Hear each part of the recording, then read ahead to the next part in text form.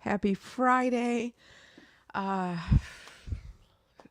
Nice to see you again, Greg, and thanks for visiting here while you're on vacation. That's fabulous. I really appreciate your loyalty and your your ability to keep me accountable for being at the piano by 9 a.m. here in California.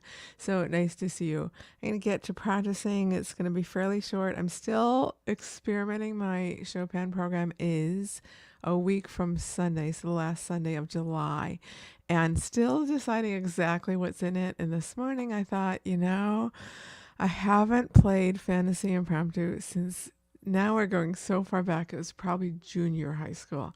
And I teach it all the time. It's like, let me just take a look at it and see. And I don't know. So I'm gonna do that on camera. So I'm gonna do my warm up. And um, if you're joining us live, I start with music that warms up my heart first, and then I go into music that warms up my fingers. So generally, I start with Bach. I'm going to do the prelude from the B flat partita.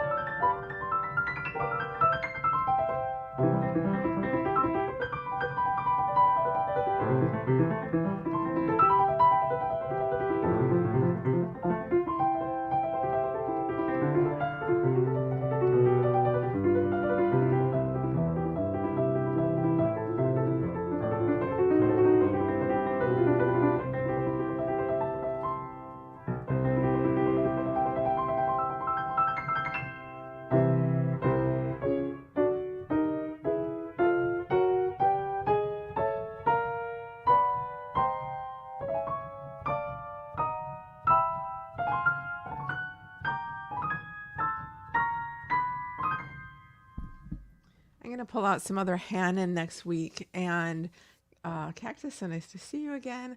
And as well as Greg. And so I just want to say this Hannon I do more for my stretch that's limited for hand surgeries.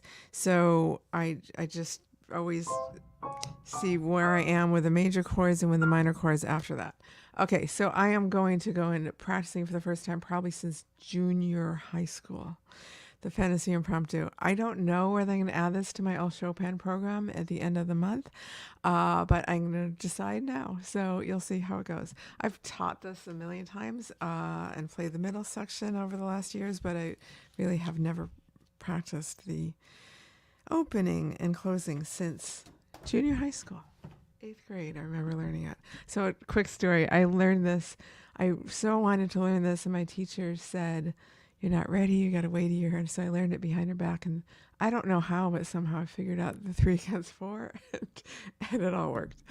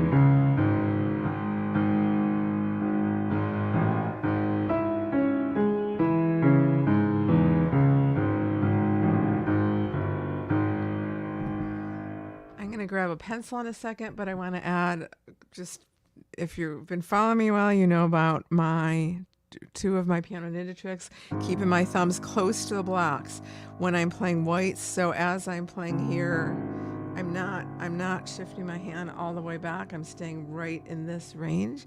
And the other's just using quick reflex. So I'm playing slowly, but I'm moving very fast so that I'm going to be able to do it with my eyes closed and not even have to think about it. But let me grab a pencil because I just figured out, I just changed a fingering that I'm looking at a clean score. In other words, this isn't the score I originally learned the piece on because I generally choose a lot of different fingerings these days. So I wanted to just have a clean approach. So I'm going to grab a pencil because I chose a fingering. I don't want to leave it to chance and I'm going to remember it the next time I play this. So I'm going to write it down. So give me 1 second.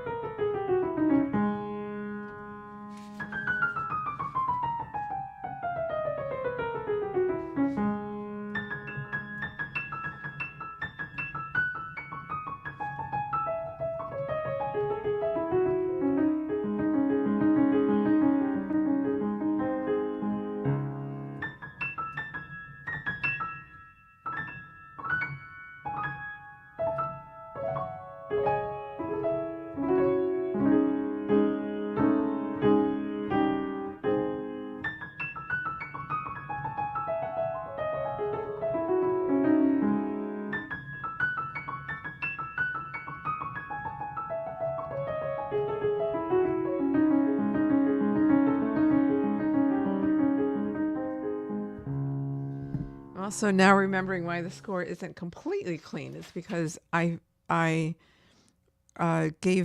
chose my fingering and gave it to a student in this score. So it really, that kind of helps a little bit that I've already chosen some fingering. On this scale, I just use my standard chromatic fingering. I don't want to teach myself something new when I already know that. Yes, Greg, it's the Paderewski edition. The edition think I used as a child was the Henley edition, but this is Paderewski.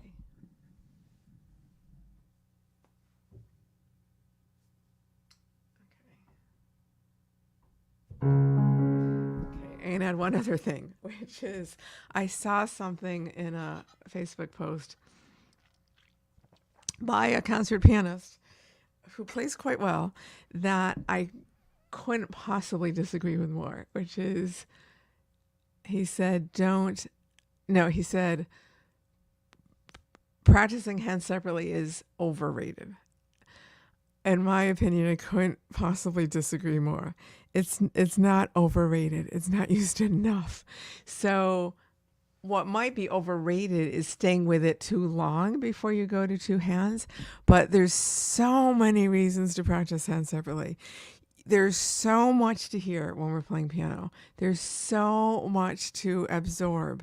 And so the more we can simplify it and break it down, the more we can hear and the more we can work in that section. I feel like that's saying to a gymnast, learn to do what do you call is an aerial that's a handless cartwheel? Learn to do a aerial wheel learn to whatever it's called. Aerial wheel, a handless cartwheel before you do a cartwheel with your hands. It's just backwards. So you want to start simpler. Always, how can I make this simpler? I want you to have this on your piano. How can I make this simpler? Always. So one way is hand separate. Now, I do believe you don't want to stay with it too long, but if you've been to my practice sessions, you know music I've played for 30, 40, 50 years. There are sections that I still practice hand separate. I'm just practicing them in tempo, it's cyclical rhythm, and all of a sudden I'll just play one hand all the time. I need to hear it and really decide how I want it to sound. So I hope that's helpful. And Greg says, plus sometimes the hands can go on autopilot. Exactly, if you have a really difficult section. Yeah, absolutely, 100%. So now we're going to try and put hands together with a 3 against 4.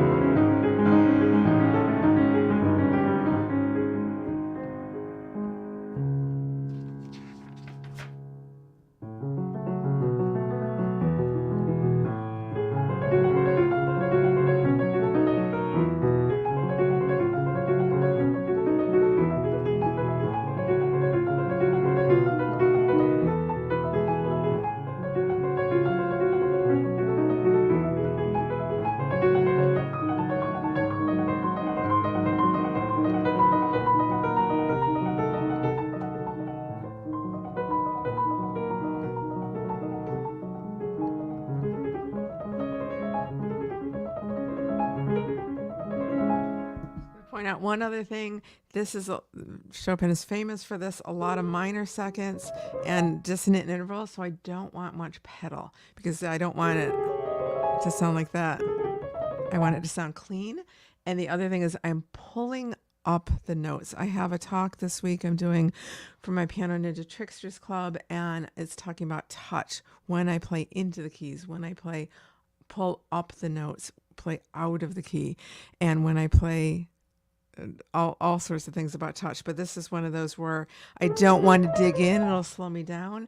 And I want to really focus on, instead of pressing down each key, pulling up each key. It gets a cleaner sound.